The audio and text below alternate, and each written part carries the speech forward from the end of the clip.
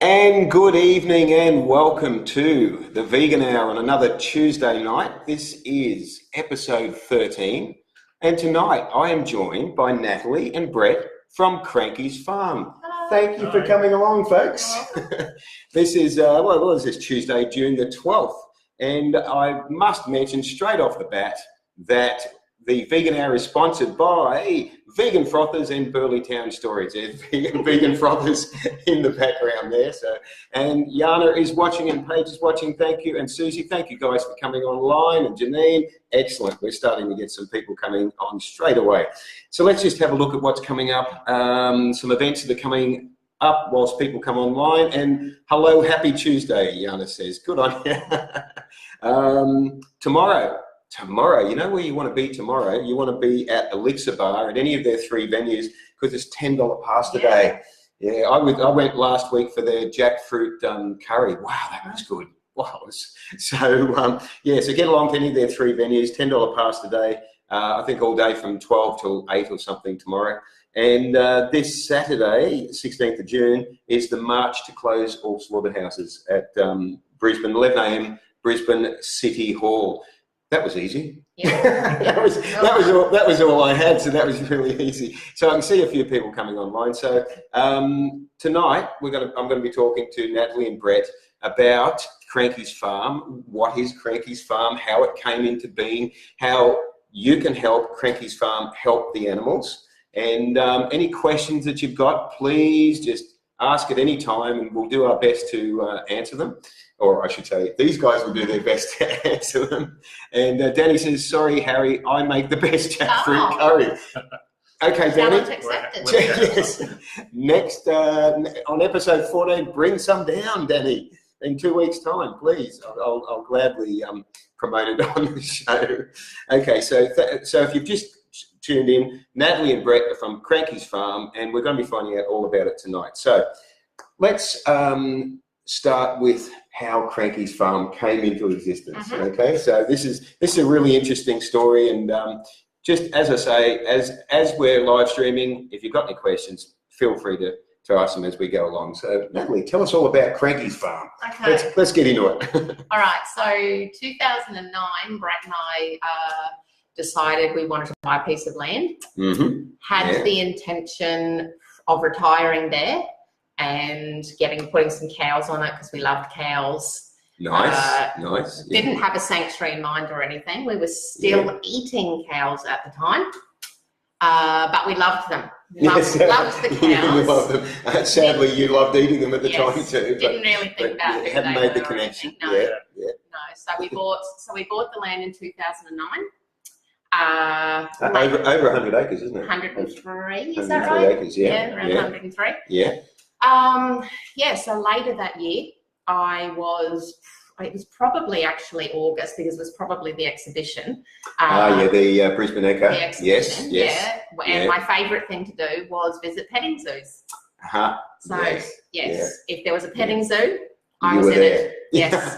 Because and they had some at the exhibition. They definitely do. Every year, lovely babies, goats, sheep, cows, chickens, everything. I mean, who doesn't want to go in there and cuddle a baby animal? And I was sitting in a petting zoo and I thought to myself, they're always babies. Yes. So what happens? What happens when they're no longer babies? Yes. They're always babies. So I did a bit of research, found out that around 3 or 4 months of age, petting zoo calves in particular are too big for the kids, and they either send them to the cattle sales or dispose of them straight to slaughterhouses. Wow. Because they're not worth anything. So they go either straight to slaughterhouse. If they go to the cattle sales, where would they go from there, do you think? They can fatten them. They will either keep them and fatten them and then they go to slaughter. So either way, their fate is horrible. It's horrible. I did think to myself that, raising something by hand, cuddling it, feeding it, all of that, lavishing all the love in the world on it, and then sending it to slaughter was the ultimate. The ultimate betrayal. It's a sickening thought, isn't it? Certainly is. So once you made this discovery that the petting zoo, what it was really doing, it was just supporting the meat industry, basically.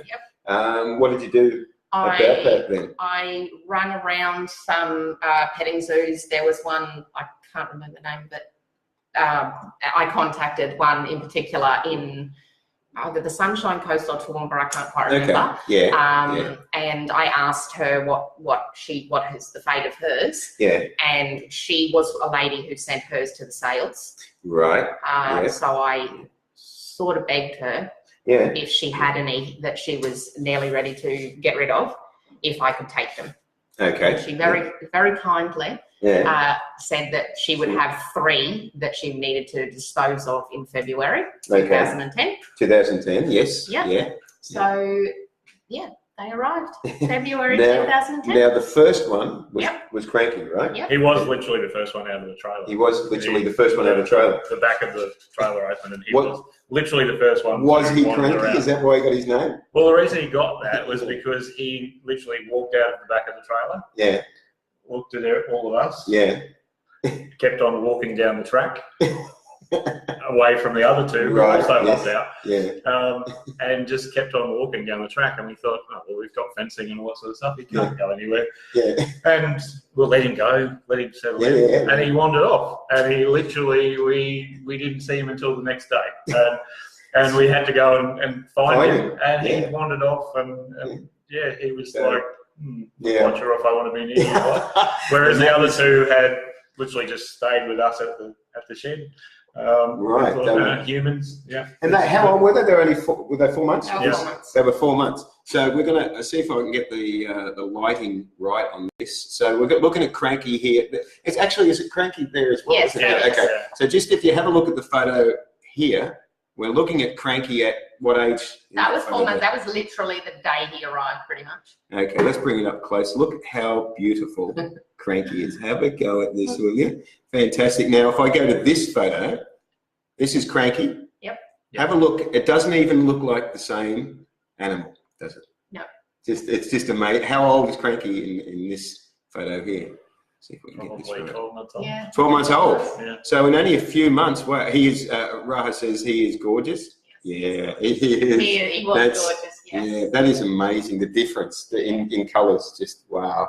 Yeah. So he promptly disappeared over to an actual neighbouring property, and we went and made soft noises at him and stuff, and probably looked like strange people. And I sat in the paddock with him for literally hours, and I kept talking to him and asking him if he was still Cranky.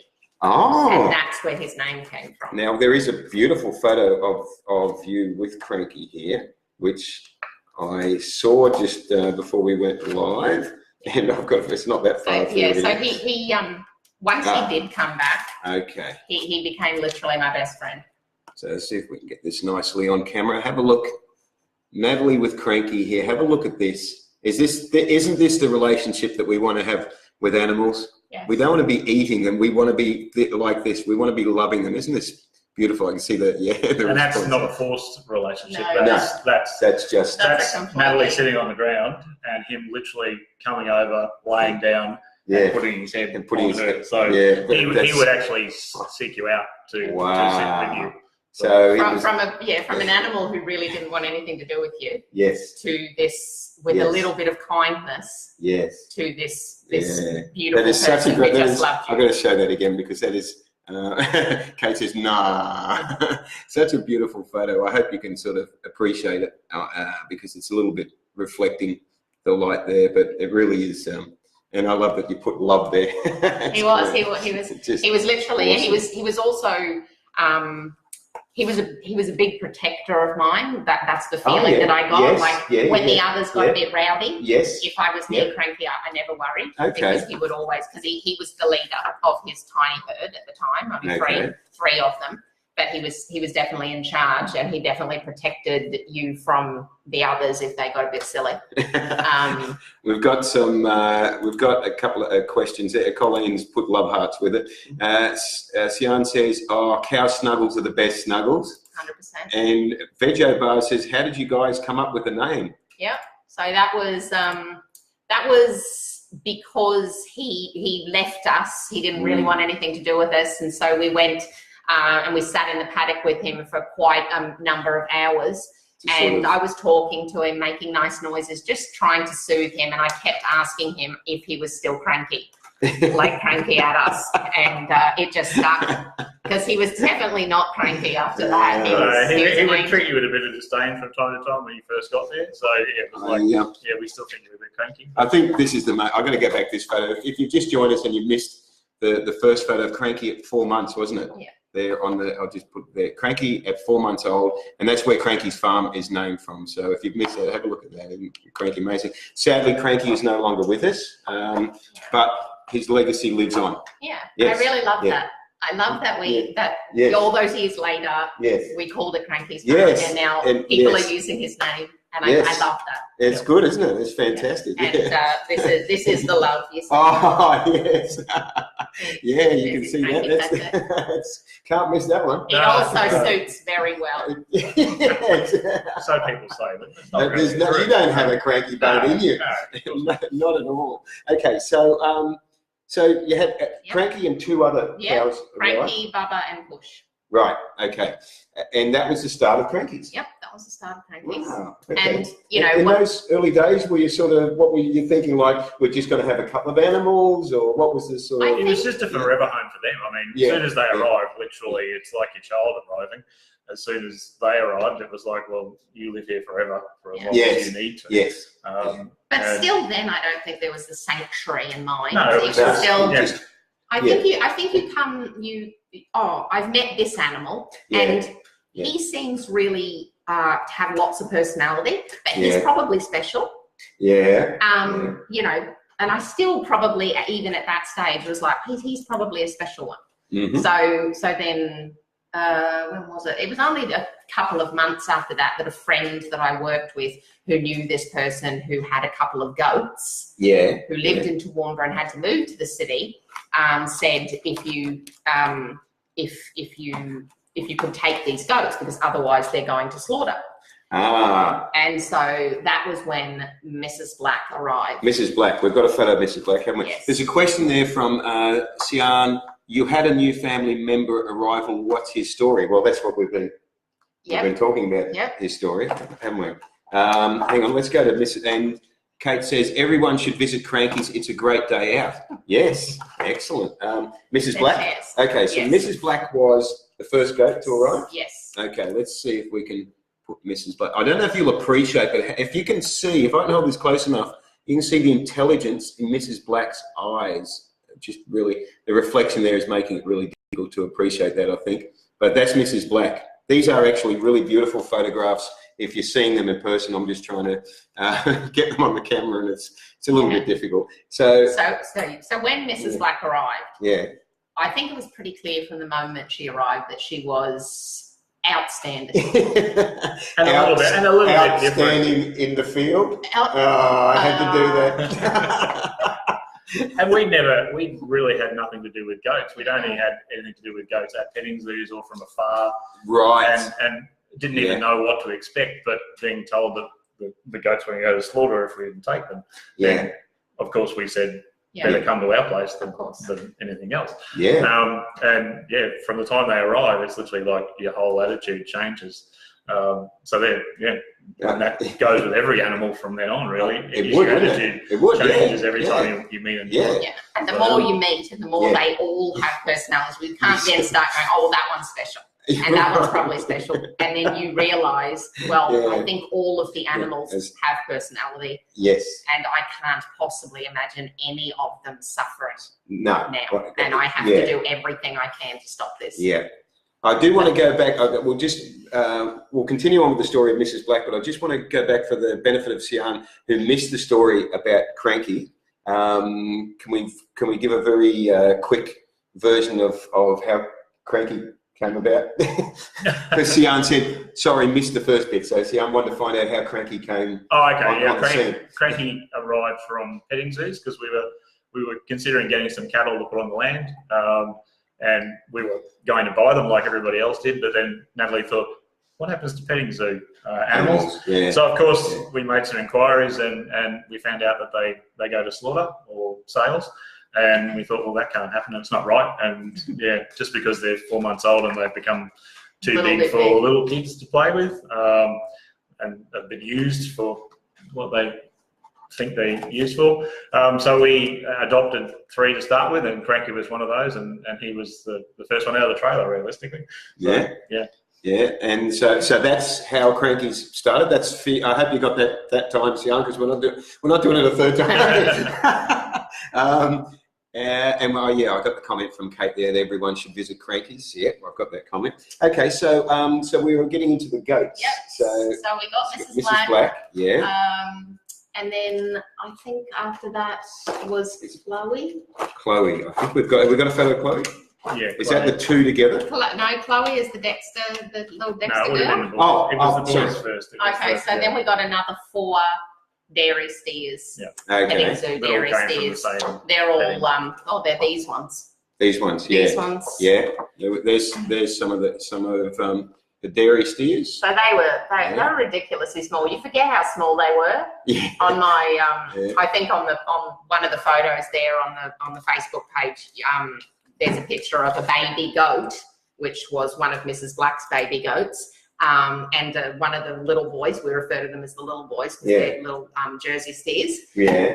And seriously, he's not much bigger than the goat. He's so tiny. It's ridiculous. But not for long. No, we're used to them now where they're full grown and they're as tall as us. And you forget what they started. Yeah. And to think that they're too big at that age. And there's Chris asked, where is Cranky's? And Kate answered before we even get to it. It's in Stanthorpe, as Kate's answered correctly. So talking about where it is and that, it is actually open to the public, is that right? Yeah, on the weekends. On the weekends? So where people want to visit, they just get in touch with you. Message through Facebook or website. Through Facebook. And the link to Cranky's Farm is actually in the title of tonight's live stream. So you'll see it says The Vegan Hour episode 13 with Natalie Stevenson and Brett from Cranky's Farm. So if you click on that, not now because it'll take you away from the live stream, but later, and that'll take you to their Facebook page. So, okay, so we were talking about Mrs. Black. Yeah, and then we got the 4 little boys that we call them. The 4 little boys, which we showed some of them. They were petting zoo steers as well. And then that's one. Oh, that's right, Wooz. Yep. Wooz. So Woozy was the smallest one of the 4. Yeah. And I think he might have been picked on because he was little. And he's got a bit of an attitude. He's got a bit of an attitude. He's a bit feisty. Like a bullied child who's got a little bit of an attitude sometimes. But he wants to be the bully, I think, but he's too small. Poor fella. Yeah, and that's another one. And that's another one, Fiddy. Fiddy is an absolute angel. He's one of the very gentle, just loves a cuddle and is absolutely obsessed with licking. Have a go. These are just beautiful photos. I went through them before the live stream. There's some other real nice close-ups here I'll show you shortly. There's a question there from Sian, says, who gets to name all the family members? Mrs. Black sounds like someone who likes the game Cluedo. I can imagine that she would play Cluedo. Yeah. She would be very, very at home in a house playing Cluedo. I imagine that. Because she looks intelligent.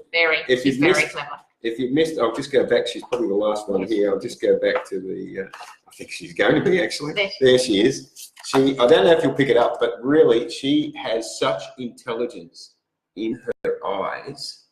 Try and stop this reflection here. It's hard to get, we'll get reflection. There's a lot of lights in here, so. But she just has such intelligence. It's just amazing. So she just assumes that all the human areas of Cranky's, like the shed and the yard, are for her. For her, yes. And my tent. And your tent? That's a tent. No, I saw there was another good photo. Yeah, that's one of the little boys. That's one. Have a look at this. Have a look at this, guys. I'm loving I want to go out and visit all these beautiful animals. Have a look. This is Jersey. Yep. Jersey. Have a look at Jersey. But there's a real incredible eyes, Sian said from Mrs. Black. So you were able to pick that up, or maybe it's Jersey's incredible eyes. I mean, Jersey has incredible eyes. I do. Wow.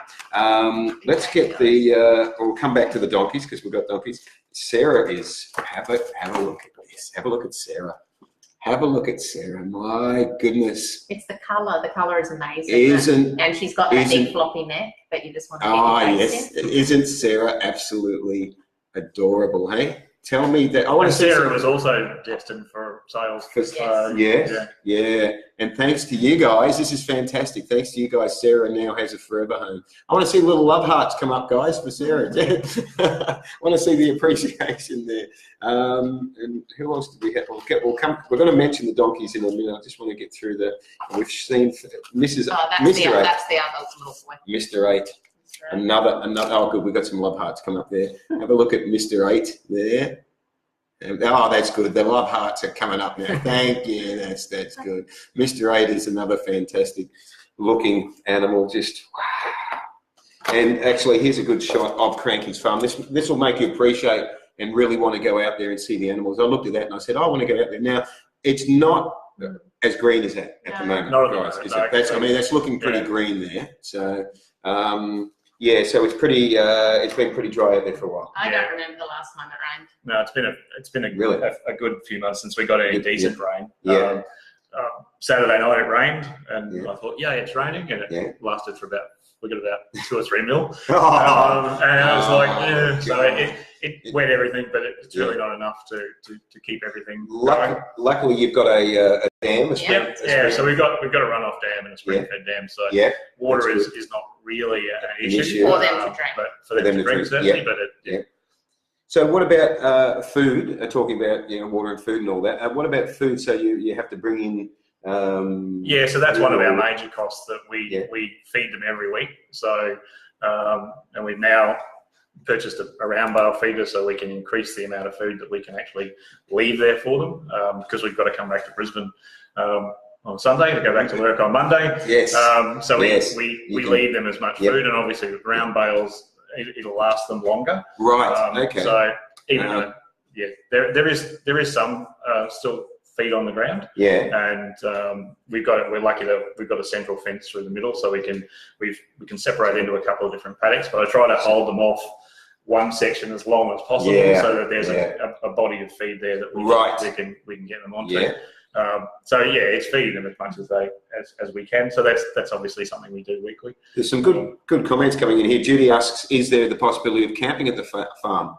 It is something that, we're certainly moving towards. Yeah, you're moving towards that. Yes. Yeah, having an area to get people to stay in camp. And that would be good. There'd be a real appreciation, if people could do that, wouldn't they? That is one of your goals. Plans. And Chris says, I'll send some rain your way. That's good. We're going to hold you to that, Chris. Because, it sounds like you need it. Have you looked at the long-term forecast? It's forecast for a dry winter. A dry winter. Yeah, and there's none this week, coming week, on the 7-day forecast. Okay, so I'm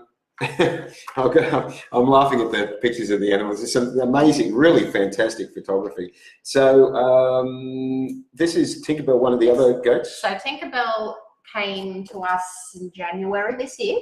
January this year? Yes. Tinkerbell is a recent addition. Have a look at this photo. She was a goat being used for milking. Oh, okay. And she got mastitis. Mastitis? Yes. Okay. Usually, hardcore dairy farmers will just keep breeding, keep milking, but this particular family who had her were kind enough to think, we don't want to continue if she's going to get mastitis because that's obviously terribly painful. Yeah. So they posted on one of the groups looking for a home for her. Okay. And that's where rather than send her to slaughter or something. Yeah. Very nice of them. That was good. Sian asks, are any of the animals related babies with mums, dads, that sort of thing? Certainly are. So Mrs. Black, she had 2 kids after she came. Yeah. One of them there'll be a picture of there whose name's Boots. He's just the dorky looking one. That one. Yep. So that is one of Mrs. Black's sons. Have a look at Boots. Have a look at this face.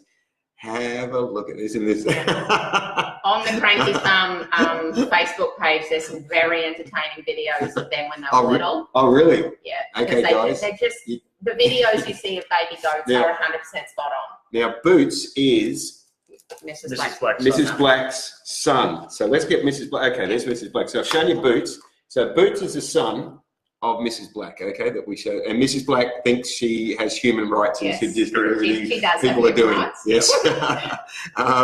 So that's the answer to your question there. And also our donkeys. donkeys. Oh, donkeys, yes. So this is Hannah. Okay, have a look at Hannah. Wow. Check out Hannah. Is Hannah beautiful or what? Hey? So Hannah is the daughter of our other donkey, Jack.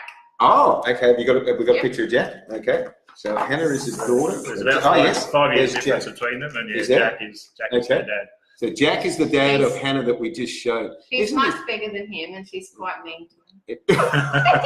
She's mean to her dad. She's mean to Jack. Oh he's so lovely, and she's always biting. These animals are beautiful. I'm really appreciating that you've brought along the photos because it just gives a whole. Yeah. You know, they're actually there. It puts you there. It puts you there. You know. And they came to us because they were owned by a couple at Tenterfield who were selling their property. Yeah. And they were the only animals that they had realistically, and they needed rehousing because they were moving back to a small block. Yeah. And so they went through Donkey Rescue. Yeah, went through. Which I don't think exists anymore. Which I think is a real shame.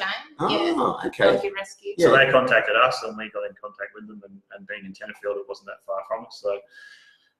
The horse float went down, picked them up, came back. Excellent. They turned around in the horse float by the time they got back to us and were looking out the back door. So my first interaction with donkeys was trying to get them. Well, it was easy. I just got the back door and they walked straight out. And promptly ran in circles around and around the shed trying to figure out where they were realistically because it was a new environment for them. Have we got any other photos of the donkeys here? No, not in there. No? There's lots on the There's lots on Facebook it. Yeah.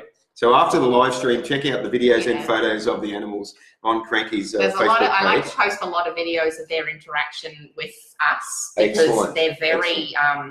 You'll find lots of videos with Jack, like cuddling and Mrs. Black, and you can see the connection. That's awesome. Yana suggests a vegan meetup camping trip. Yes, that's a great idea. But is there a fully vegan restaurant nearby?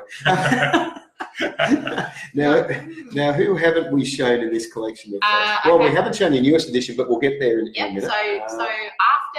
So we got the 4 little boys, then we got Chloe, who used to actually belong to a family member, but she was the only cow that they had, and cows like to be with other cows. So she did a lot of escaping. So cows are very nice. Social. Yep. So Yes. that's her. Oh, wow. Oh, yes. Now, Chloe. Chloe is a Dexter. Yes. Yeah, Dexter breed. Yep. She's a. I can never get it right whether she's a heifer or a cow. Heifer is she must be. Have a look at Chloe. Have a look at the size of Chloe's stomach. Now, Chloe's a big girl. She is, but she's very short. She's very low to the ground. She's low to the ground and round. She's round. That's Chloe. Beautiful Chloe. She looks really well natured. She doesn't really like to have much to do with people. She's not nasty in any way. No, she just prefers to mind her own business. She's just sort of quiet. Yes. She doesn't. Yeah, she's not one that will look for a cuddle or anything like that. Right. She'll occasionally let you pat her on the back, but certainly don't approach the front end, so to speak. I'll look at you from a metre away, but don't get She is the runner of the herd.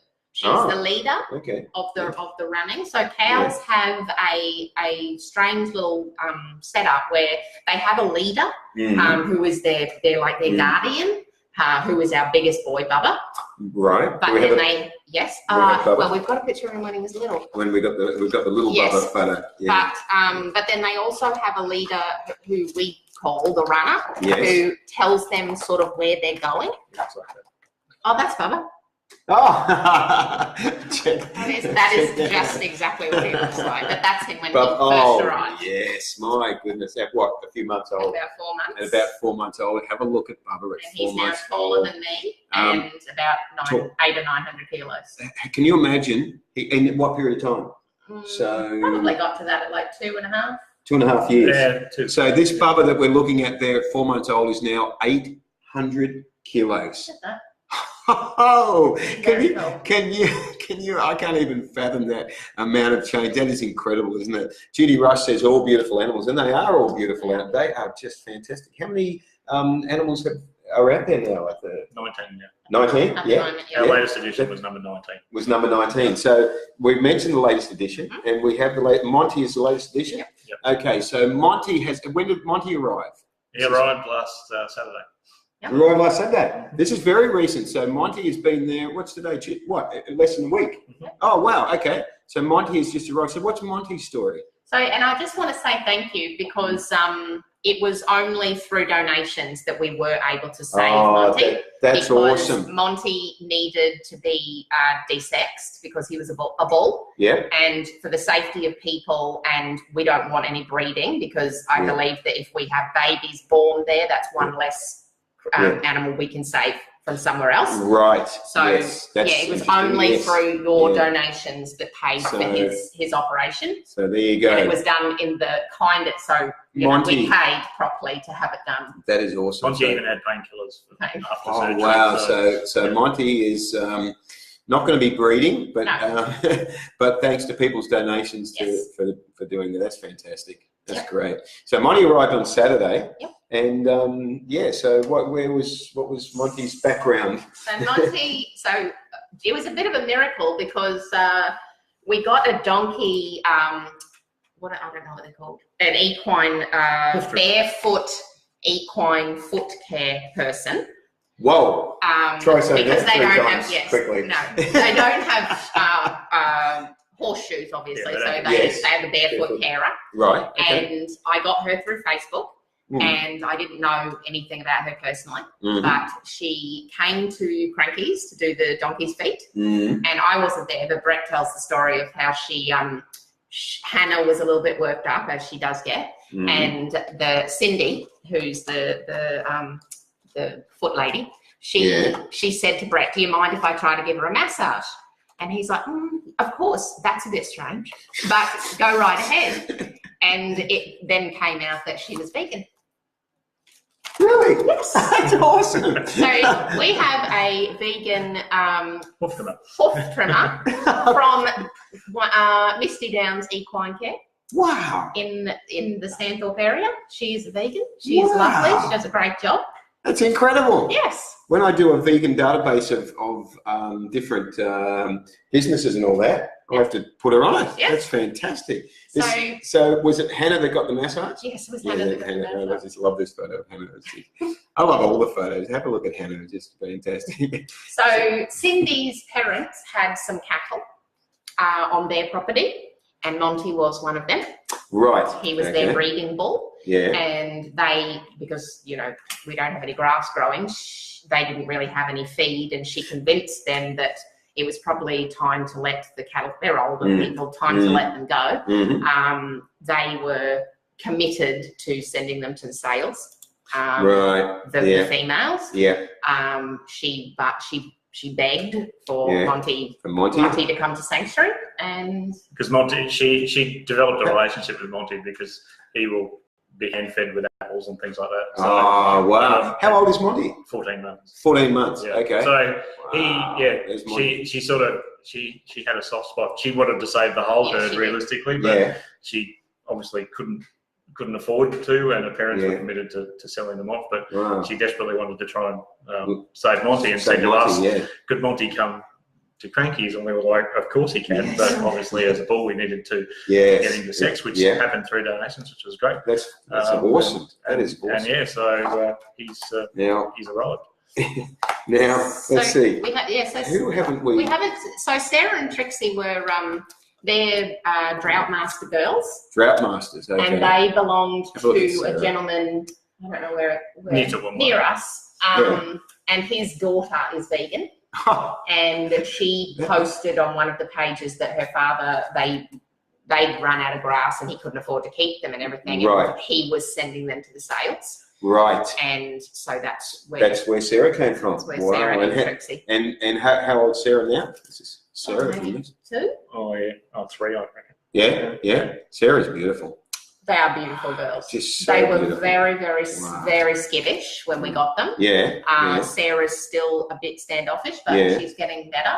She's getting better, but it's on her terms. She'll like literally last week, she just wandered up to me and was more than happy for me to scratch her neck and give her a massage and all that sort of stuff. Whereas a few weeks before that, it was a little bit more standoffish. So okay. How long's Sarah been there now? 2 years. 2 years, Yeah. yeah. So Okay. it can take a while to take, get, and we don't rush the process. It's not like they're ever. We never cage them up or lock them up and force them to do anything. Yeah. Realistically, everything that happens there is on their terms because they can do whatever they like. So. Now, we haven't spoken much about the donkeys. We started to talk a bit about the donkeys coming off the trailer, didn't we? Yes. Yes. So, who have we got in the donkeys? Where should we? So it's just Jack. Jack is the dad.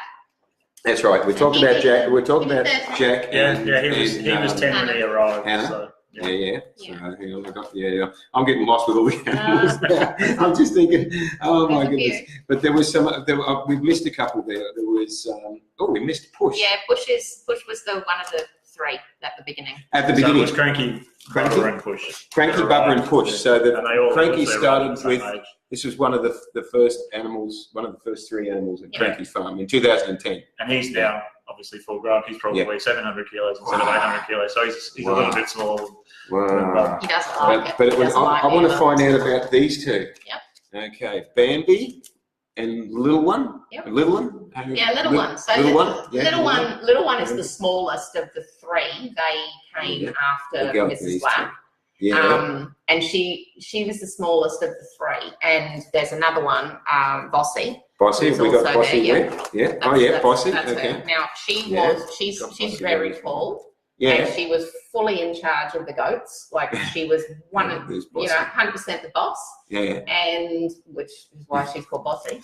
And and like last year sometime, that whole hierarchy changed. Oh. And a Little One, who's tiny, she is now the boss. the boss. So you'll have to read it. And they just work it out. They just work it out between themselves. So Little One, the one on the right, is now the boss. Yeah. I reckon in that photo, have a look at this photo at the facial expression of Little One. I'd be going, yeah, you're the boss. Yeah, you just, I'll do what you say really because you have a look. I don't think I'd argue.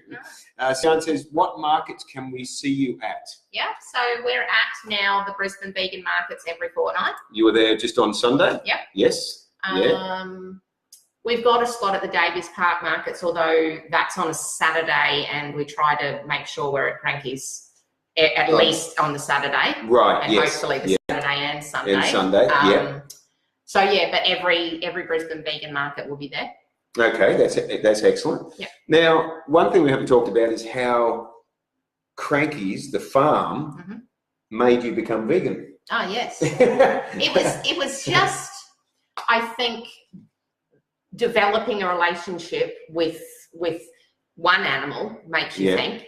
Yeah. Developing a relationship with 2 animals makes you think more. And then when you have 19 of them and they're all totally different, you can no longer deny that animals have full-on personality. Yes, that's the thing, isn't it? Yeah. Once you start to see the different personalities, you just can't do it. I can relate. That. And then you see a cattle truck and you know that there's a couple of 100 personalities right there in front of you. Yeah. They're all going to feel what I know that our animals would feel in that situation, and that breaks your heart. Oh, yeah. Yeah, it does. It's a sort of thing that I hate to dwell on because it just gets to me when I think about it too much, But it's the very real and sad reality. Yeah. But having said that, the wonderful thing is we do have the power to make that change and to awaken people and to do what you're doing. By having a place where you can put rescued animals and also by being at the Brisbane vegan markets and creating awareness and that too. So, we have the power to sort of wake people up and go, hey, we can change this system. It takes, unfortunately, it takes longer than we'd want it to. I think just by being vegan and talking about being vegan and then having this, I think that is our number one goal, is to get people there. That's people why, to Cranky's? So when you'll notice that Cranky's farm as a page never shares any of the nasty stuff. I only post pictures and interactions that are positive because I just desperately want people to see them as not just these things. Yes. And we've noticed that when people come, when they see Bubba and he is 800 kilos, he's intimidating. Right. And they don't really get that full interaction. So the longer they can be there, yes, the more they see them and they become Yes. relaxed and everything. So And they realise that after a while you can walk up to that 800 kilo, as we can. yes. Walk up to that 800 kilo beast, and he will just stand there and let you rub his neck and crawl under him, and as Natalie does, checking for ticks in every little nook and cranny that he's got, and he doesn't mind. He just stands there and Beautiful, beautiful. Like, that's cool. So we've got some cabins that we've managed to get. Yeah, excellent. That we're going to try to raise funds to fit out so people can stay there. So talking about raising funds, how do you achieve that? Do people go to your Facebook page? So there's a donate button on the Facebook page. Oh, excellent. There's a donate. You can donate via PayPal and credit card on our website. Okay. We also have merchandise. About shirts. Yes, the shirts, awesome. And it's really, really clever. I don't know if anyone's picked up on the fact that Cranky's farm, the word farm is Farm Animal Rescue Mission. So it's both farm and it took me a long time and not very quick, That's brilliant. There's a comment there from Sian. Love that once you really see them, you are never the same. That's which true. Which is exactly. And that's when people visit, and that's the point of having people visit is they come and they see them, and then even animal lovers go, wow. Yeah. But the goats are the way they are, and the donkeys are the way they are, and the cattle are the way they are, and they're all a little bit different, and they all interact with each other different, and they all interact with humans differently. Yeah. And they go, well, they are different. They're not just because some people become so attuned to just looking into a paddock on the side of the road, and going, oh look, it's an animal, and they're eating. That's all they do. They just eat. There's a hamburger sitting there. But and some people are. It's unfortunate, but that's the way they don't make any connection in that brief moment. But once you get to and see that personality, some people, several people have said to me, "Oh, they only come up to you because you've got food." Oh, and that's one of the myths I'd really like to squash. Okay. Like obviously they love food, but we don't carry around food. We're not dog training. We're not carrying around treats. They come up to you just like a dog because they like affection. They like affection, and I'm going to go talk about affection. I'll find that photo of Cranky and that is you why together. That it's not food. We can turn up at our back gate, hop out of the car. They will run to us. Yeah. And then, as Natalie was talking about, Mrs. Chloe being a leader, I can say, go to the shed, Chloe, and she will just turn around and lead the whole herd back to the shed. There's a photo I haven't shown, which is Trixie. I don't think we've shown Trixie. This is a good shot. Have a look at Trixie. This is a moment. I love this. It is. I love that. It's just it's good, isn't it? It's a thought. I think she's really thinking there. Check this out. Chris says we will rise together. Yeah. I like that. But yes, that's really good. And this, where are we? There we go. Okay. So this is Natalie and Cranky together, showing just how much animals appreciate being with us, and showing us in the most real way that they can by just snuggling up, getting close, and that is really, isn't that beautiful? So I really encourage anybody when Cranky's posts the videos of the interactions, because they're always positive. I don't post anything negative. If you can share them, because I desperately want people to see that they love us as much as we love them. Yeah, they're not just there for the food. And they love each other as well. So you see the interaction family. between them, where they'll literally stand there for an hour and lick each other. Isn't that beautiful? It's not. It's that sort of stuff that people don't get to see. So I just wanted to go back to how, also on the personal level, how your vegan awareness sort of grew, because once you sort of made that connection with the animals, then you went, okay, I can't eat them. Yeah, I can't eat them. So, and then I don't know when it was that I started doing sort of activism. I think it was years. Ago. Years ago, yes. And I mean, once you know them, and once you know that this horror is being perpetrated on beings that are just like you, and beings that are just like your dog, and you can't not do anything about it. And this is one of the things we're trying to do: give them a place to stay. Yes. But at the same time, I'm at the vigils. I'm at the demonstrations. we're at the marches. How do you find that emotionally for you when you're at the vigils and stuff like that? It's very challenging. It is, and I remember when I was going to the first one. Yep. I spent half of my work day, because I was at work that day, in the toilet crying. Wow. Because I just didn't before you went, because I just was terrified that I'm not going to be able to handle that. I'm going to break down. Yeah. But I went to a Brisbane Animal Save vigil. Yeah. And it was a wonderful experience. It was hard. Yes. But it was wonderful because you're with people who feel the same.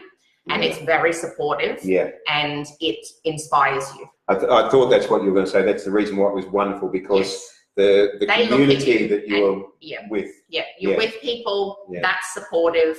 You see them. Yeah. They're real. They're about to go to something horrendous. Yeah. You have to do something about it. Yeah.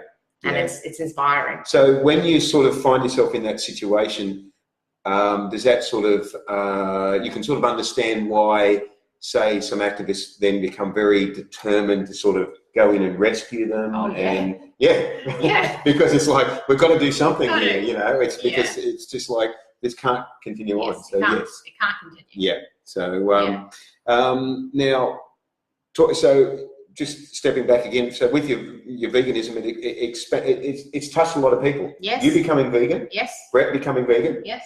Kids becoming vegan. Yes. Yep. Friends. Boyfriends of children becoming vegan. Everybody's what's the word? Transitioning. Right. Some of them are already there. Some of them are on their way. Okay. Friends, work colleagues. I'm a little outspoken at work.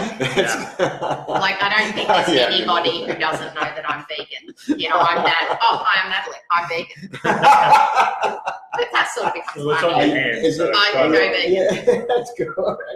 That's good. Kind of shake the hand. And I did it because I thought, when I go to take change from people at the shop, that's what they got. That's what they get. Brilliant. That is brilliant. That is clever. Go vegan. How clever is that? Go vegan on the hand. And it really hurt. Oh, did it? Oh, really, really. But not as much as it would hurt the animals. Not as much. Yeah. And that's exactly what I did think when I was getting it done. I thought, was in your mind. You know, just step up because this is nothing. Yeah, just step up. And wow. So talking about the animals and what they go through, we were talking before the live stream about you've seen Dominion, and that. Do you want to describe what you felt when you saw it? You were in the front row. I was in the front row, sitting next to James Aspey, which was a pleasure. Yes. I was sick before I went in. I wasn't sure whether I would be able to get through it. Sick as in emotionally. Sick with worry. With worry about it. With just anxiety in general. That I couldn't get through this. I'm going to cry. That kind of thing. Yeah. Then I found myself quarter of the way through it, no tears, but my hands were clenched and I was so angry and I had to keep physically relaxing and reminding me that, okay, you're right. And I was too angry to cry. And I thought the cow, I mean, some of it is just savage. Yeah. And you just sit there and go, why? Why are you doing that? Yeah. And then I made it all the way through to the goat footage.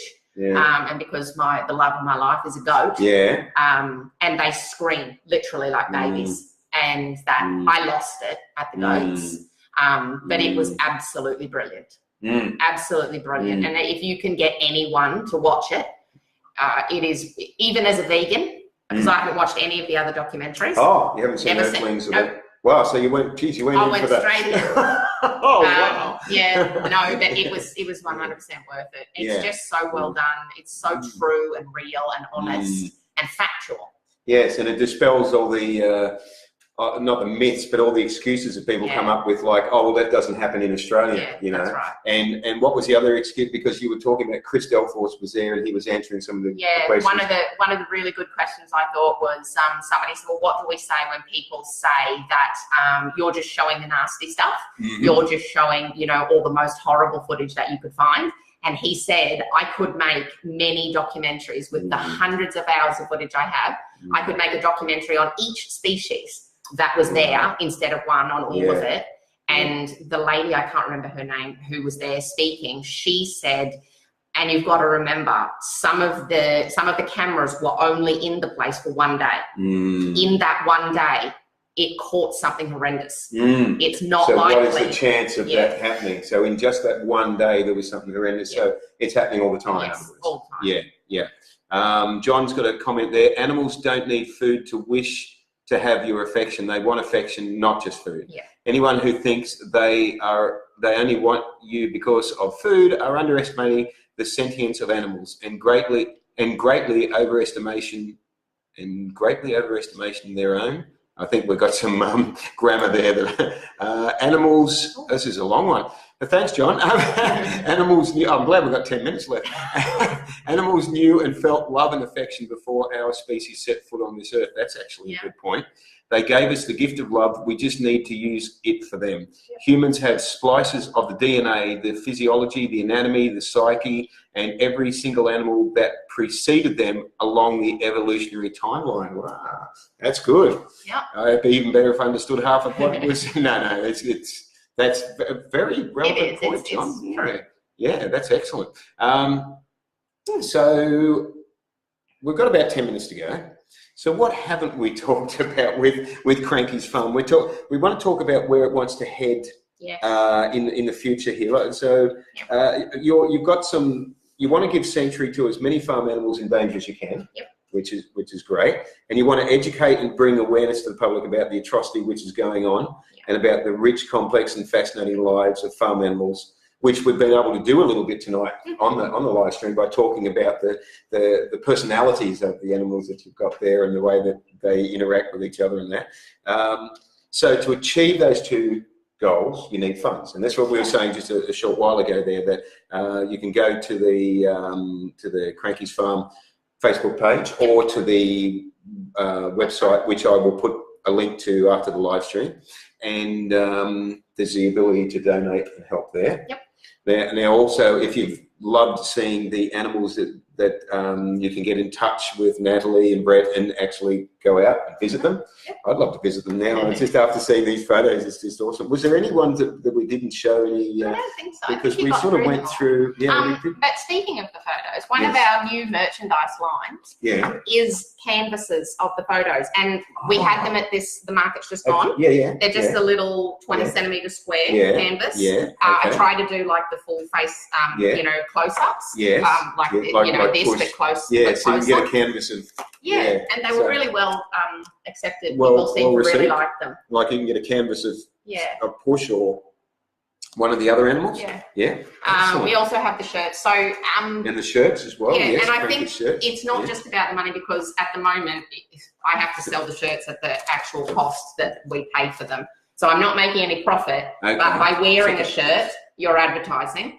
Yeah, just getting the name out there and everybody looks at the website and things like that. And we don't want to ask for help, but we realised it's the only way that we can go to the next level with it. We've self-funded for as long as we could self-fund for, and it's now to go to that next level, we need to ask for help. And 100 acres, there's a lot of fencing to upkeep. And the feed, there's the vet bills, the fencing. It's a constant thing. I mean. So the whole time up until this year, you've self-funded. From 2010 to September 2017, we decided we've got 103 acres, we've got 20 animals, we can do so much more. So that's when we decided, that is the website. The website has been designed by the wonderful vegan web design. Vegan web design. Yes, of course. Beautiful, absolutely brilliant to work with. Now I know. Yes. Now I know where the connection is there. Yes. And Mandy asked a very good question, which thank you, Mandy. How can people volunteer to help? Okay, so at the moment, what we really need is funds. And so we've got a volunteer group on Facebook that we really need volunteers to help us fundraise. So man the market stalls.